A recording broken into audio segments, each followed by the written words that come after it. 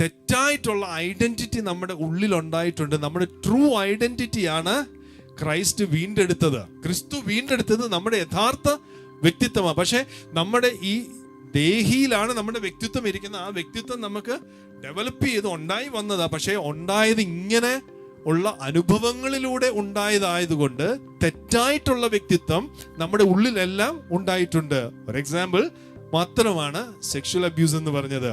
I am abused, I am abusable. ഈ I ആം ഇതുമായിട്ട് connected ആയി കഴിഞ്ഞാൽ, മുറിവുമായിട്ട് ഐ ആം കണക്റ്റഡ് ആയി കഴിഞ്ഞാൽ, ചിന്തയിൽ പിന്നെ നമുക്ക് യാതൊരു കൺട്രോളുമില്ല. ചിന്തയെ നമ്മൾ കൺട്രോൾ ചെയ്യേണ്ടവരാണ് യഥാർത്ഥത്തിൽ. ഞാൻ നിയന്ത്രിച്ചാണ് ഈ കൈ പോയി ക്ഷയിക്കാൻ കൊടുത്തത്. ചിന്തകളെ ആക്ച്വലി നമ്മളാണ് ചിന്തകളെ ചിന്തിക്കേണ്ടത്. അതിനു പകരം നമ്മളെ കൊണ്ട് ചിന്തിപ്പിച്ചുകൊണ്ടിരിക്കുക. കൈവിട്ടു പോയി. അങ്ങനെ കൈവിട്ടു പോയി കഴിഞ്ഞാൽ മനസ്സ്, ചിന്തകൾ ഹൈജാക്ക് ചെയ്യപ്പെട്ടു. ആന്തരിക മുറിവ് ഉണർന്നു വരുന്നത് ഈ ചിന്തകളെ ഹൈജാക്ക് ചെയ്യുന്ന തമ്മിൽ കുറച്ച് നിമിഷങ്ങളെ നമുക്ക് കിട്ടത്തുള്ളൂ കേട്ടോ. നമ്മുടെ വികാരങ്ങളെല്ലാം പിന്നെ ഈ ചിന്തകൾക്ക് അടിസ്ഥാനപ്പെട്ട് ഉണ്ടാകാൻ തുടങ്ങും.